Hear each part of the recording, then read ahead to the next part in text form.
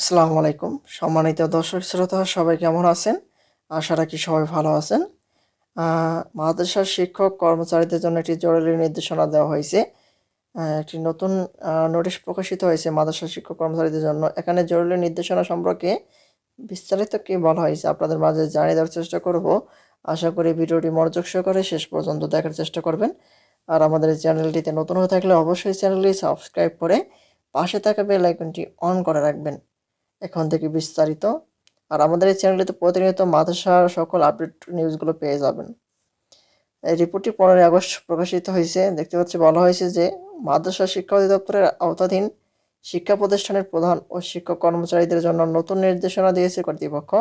এখন থেকে অধিদপ্তরে যেতে হলে অবশ্যই ছুটি বা অনুমতি পত্র সঙ্গে নিতে হবে, না হলে নিয়ম অনুযায়ী ব্যবস্থা নেওয়া হবে। বিজ্ঞপ্তিতে বলা হয়, সম্প্রতি দেখা যাচ্ছে প্রতিষ্ঠান প্রধান ও শিক্ষক কর্মচারীরা নিয়মিত অধিদপ্তরে আসছেন। এতে একদিকে শিক্ষা প্রতিষ্ঠানে পড়াশোনা ব্যাহত হচ্ছে, অন্যদিকে শিক্ষার্থীরা পাঠ থেকে বঞ্চিত হচ্ছে।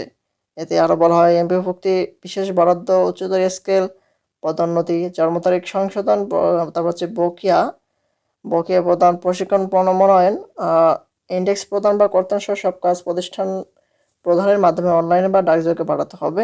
অন্য কেউ বা তৃতীয় পক্ষের মাধ্যমে আবেদন গ্রহণযোগ্য হবে না। এখানে এমপিওভুক্তি, তারপরে বিশেষ বরাদ্দ, উচ্চতর স্কেল, পদোন্নতি, জন্ম তারিখ, এগুলো সবগুলো হচ্ছে আপনার শুধুমাত্র প্রতিষ্ঠান প্রদানের মাধ্যমে অনলাইনে ডাকযোগে পাঠাতে হবে। তাছাড়া তৃতীয় কোনো পক্ষের মাধ্যমে এটা আবেদন গ্রহণযোগ্য হবে না। তারপর অধিদপ্তরে আসার সময় অবশ্যই ছুটি বা অনুমতিপত্র আনতে হবে এবং শাখা কর্মকর্তা সেটা যাচাই করবেন। নির্দেশনা না মানলে বেসরকারি শিক্ষা প্রতিষ্ঠান, জনবল কাঠামো এবং নীতিমালা 2018-13 নভেম্বর পর্যন্ত সংশোধিত অনুযায়ী ব্যবস্থা নেওয়া হবে বলে বিজ্ঞপ্তিতে জানানো হয়। এ হচ্ছে মাদ্রাসা শিক্ষকদের বিশেষ নির্দেশনার সর্বশেষ আপডেট।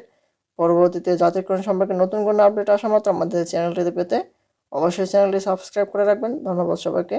আসসালামু আলাইকুম।